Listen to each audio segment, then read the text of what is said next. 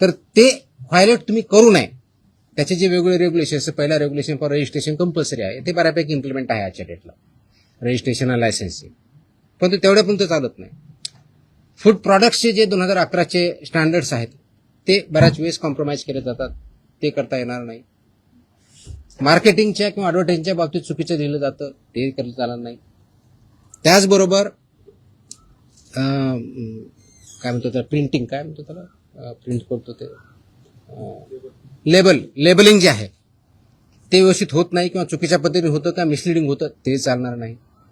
Packaging, त्याचे standards ठरवले आहेत, ते पॅकेजिंग त्याच पद्धतीनं पाहिजे, ते चालणार नाही.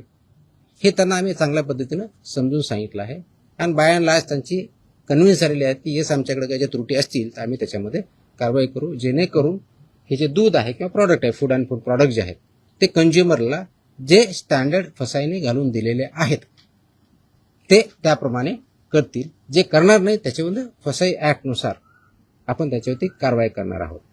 आता हे standard over a period of time आले, 2011 पासून आतापर्यंत जवळजवळ टोटल 28 प्रकारचे रेग्युलेशन किंवा स्टँडर्ड आहेत. त्याच्यातले 6 हे ऑथॉरिटीचे आहेत, मग 22 आहेत वेगळ्या प्रॉडक्टच्या बाबतीतले आहेत सगळे.